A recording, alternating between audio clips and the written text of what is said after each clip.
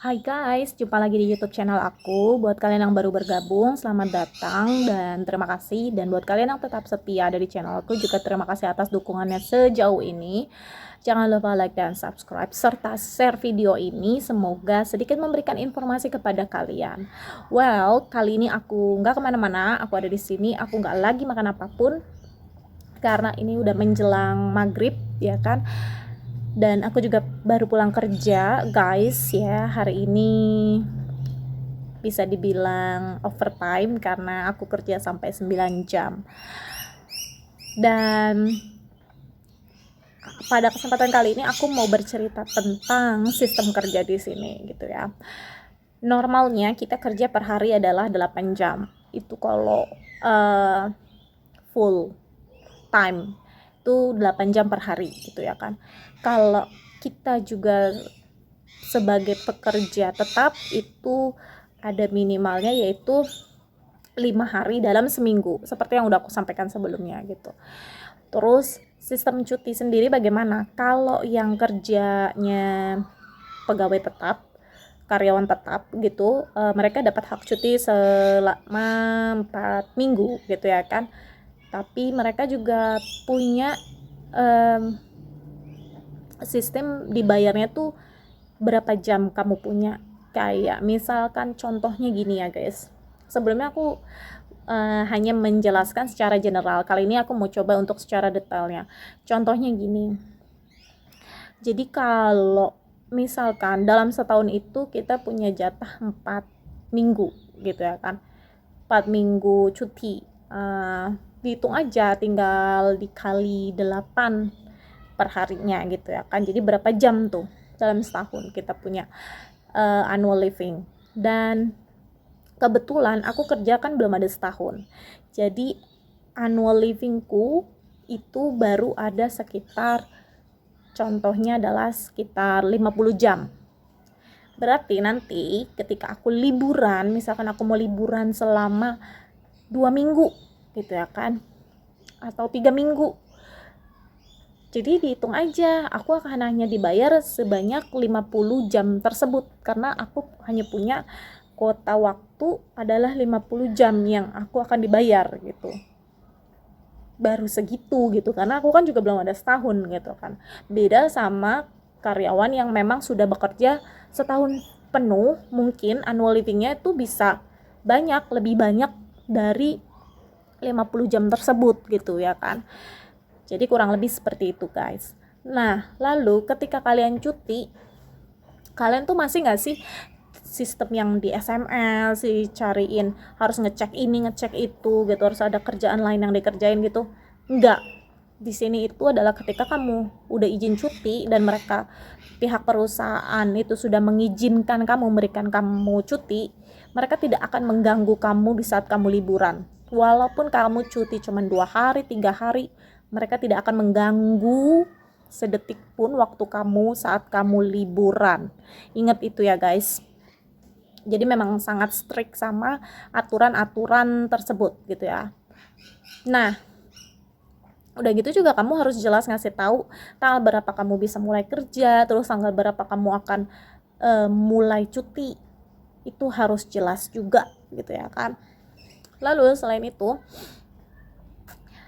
kalau kerja overtime gitu dibayar nggak sih? Tentu dibayar. Kayak aku contohnya hari ini, harusnya aku kerja hanya 8 jam, tapi di unit lain ada kurang orang. Jadi mereka minta aku untuk stay 1 jam lebih lama. Berarti dalam arti ya aku dibayar 9 jamnya itu, 1 jamnya itu nggak free. Jadi semua yang kalian lakukan di negara ini, yang kalian kerjakan di perusahaan kalian, di tempat kerja kalian, itu dibayar. Walaupun hanya 50 menit, kalian tetap dibayar gitu ya kan, nggak ada yang free gitu ya. Well, ngomongin tentang free, kita ngomongin tentang tempat wisata gitu ya kan. Tempat wisata di sini, karena beberapa hari lalu, ini aku langsung nyambungin aja ya guys.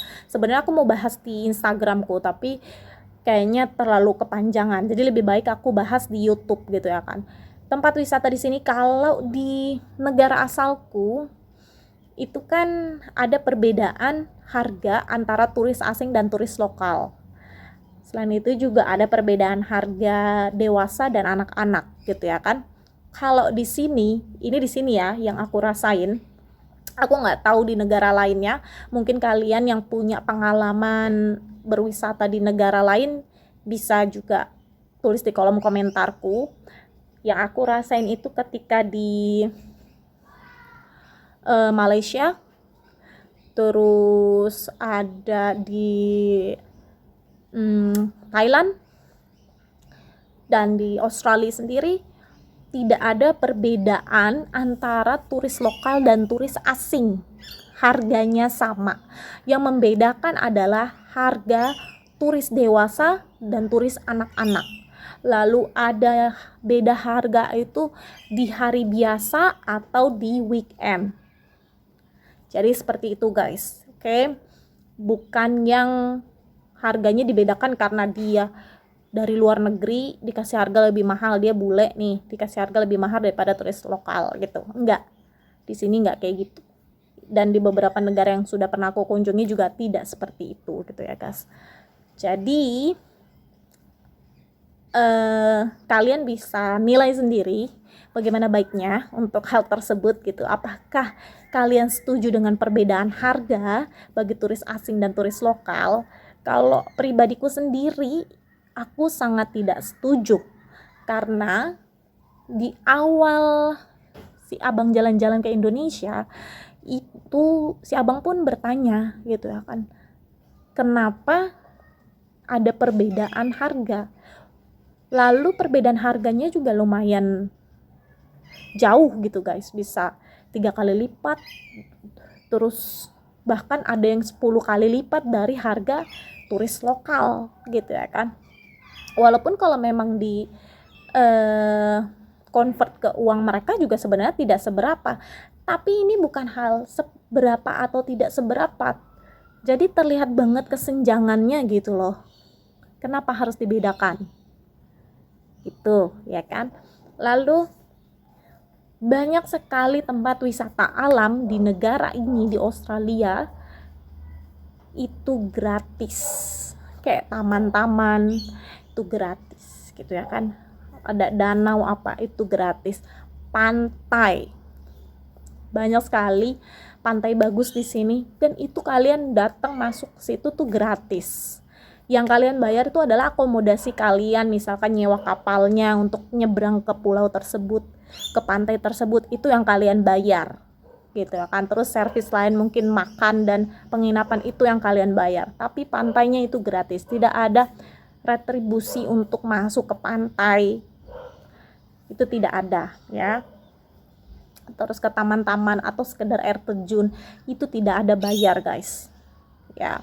Jadi itu bedanya. Diharapkan hal ini bisa memberi sedikit gambaran buat kalian bagaimana sistem kerja di sini, juga bagaimana sistem retribusi pariwisata di sini. Sejauh itu yang aku tahu. Bagi kalian yang mau share pengalaman sendiri, bisa tulis juga di kolom komentar, nanti bisa kita lihat bersama, saling sharing dan berbagi informasi tentang hal-hal tersebut yang baru aku sampaikan. Jadi kali ini itu aja yang mau aku bahas. Terima kasih udah tetap setia di sini. Jangan lupa like dan subscribe. Sampai jumpa di video selanjutnya. Dadah, bye bye.